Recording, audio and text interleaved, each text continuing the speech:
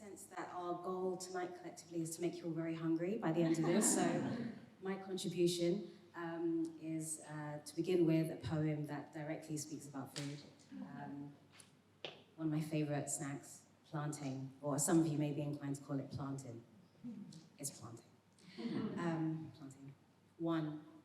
Pick one with black skin, plucked before it was ripe, left to darken on a windowsill, or garage crate, or in the pantry corner where secrets were kept. 2. Make sure it's plump. Squeeze it at the curves, weigh its resistance to your touch, slice it with your tongue, or, if this is your first time, the fingernail you use to pick your teeth.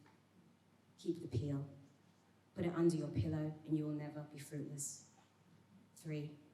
Any oil will do, but make sure it knows the gluttony of heat. Pour just enough for each piece to tread the surface. Don't drown them, give them hope. The hopeful taste the best. 4. In the heat they will hiss, and some will spit. They will gather at the fringes, hide their bruising. Some will be too weak and fall apart. Others will stay hard around the edges. Do not be suspicious. This is how they endure the fire. 5. Serve on a banana leaf with the yam you pounded earlier, the you slaughtered silently from behind.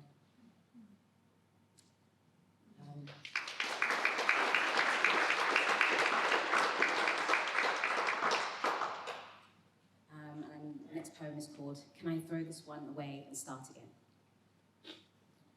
Straddling you, my tongue pries your lips open. Knowing you'll one day leave, I leave my taste there. My world immediately sours. I once flew to an island with a dozen girls I couldn't stand. At dinner, I felt a wound inside me open, a kind of dying woombic hope that I had not expected. I downed ouzo and souvlaki to staunch it, but when I stood to leave, I was the only one who couldn't see I was bleeding. Sometimes I would trudge through campus drizzle, pull up my red hood, lying open in the wood, and still, no wolves came. Buoyed up to the surface of a vodka-rivered dream by the boy pulling my jeans around my ankles, nudging thoughts of me into the sun, hoping they'll bloom. Ivy only clings because the wall smiled, asked to keep in touch. Shadows only crawl because they've seen our lowest parts. A security guard follows me through boots, and I fidget my arms, not my fingers, not knowing how to tell him I have nothing in my hands. Or that every time I've ever smiled, my mother was holding the corners of my mouth. Or how just now in a public bathroom, I stepped on a scrap of toilet tissue, begging it to stick. It refused to hold on to me. I want to talk about following crumbs from midnight feasts at sleepovers, how even little girls forage the night. I want to talk about heaviness. I want to talk about wanting dark and a light that insists itself upon me each morning. Or the fact that, and for this I take the blame, because I made myself sweet on your tongue, I was easy for you to devour.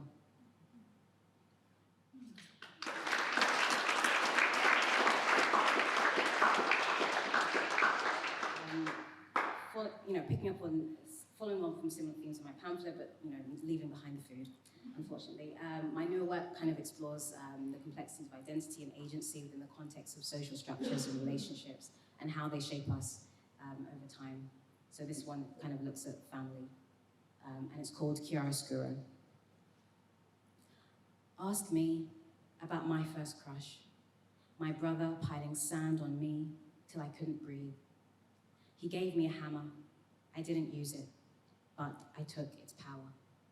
Sunrise, sun threat, sun drinks, the rain that pools in collarbones, mother's hands raking my scalp. Yesterday, I pressed her sponge to the lake to clean it. Now the lake is gone.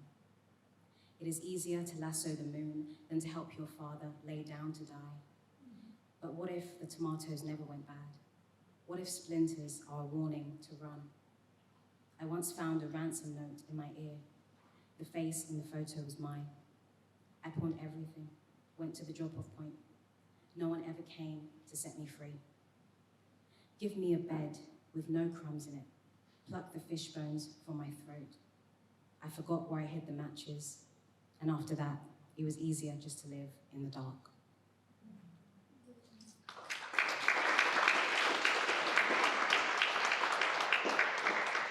I had a surprising amount of food in it, actually.